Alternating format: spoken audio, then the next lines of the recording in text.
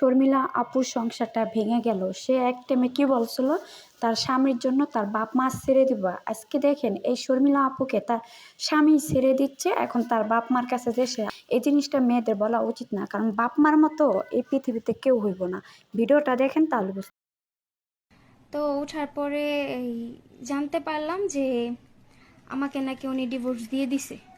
তো আমাকে যে উনি ডিভোর্স দিছে, আমি তো ডিভোর্স সম্পর্কে কিছুই জানি না। আমাকে ডিভোর্স দিছে, আমি ডিভোর্সের কাগজ আমার হাতে পাই নাই।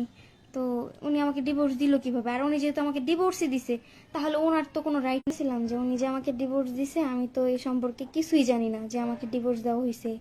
মানে উনি আমাদেরকে, আমার বাবা মার ডাইকা নিয়ে গিয়ে বলছে যে আজকে আসেন, আমি আপনার মেয়েরে কাবিন নাম, মানে কাবিনের যে টাকা আছে ওই টাকা সহ আপনার মেয়েরে তালাক দিয়ে দিব, কাজী ডাইকাই না।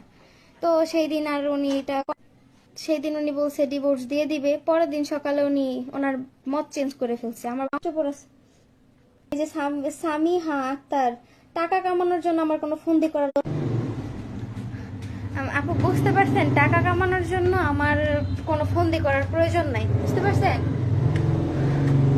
আল্লাহর রহমতে যথেষ্ট ভালো আছি, যথেষ্ট ভালো পজিশনেও আছি। হ্যাঁ, তো মানুষ যখন ছাড়বে ব্লেম দেয়, একজনের নামে একজন দোষ দেয়। উনি যে ডিভোর্স দিছে, আচ্ছা উনি ডিভোর্স দিছে যেহেতু, তাহলে আমি তো আমার কাবিন মানে যে যে তালাকের যে নোটিশ বা কাগজ, ওগুলা তো আমি আমার হাতে পাইনি বা আমি জানতাম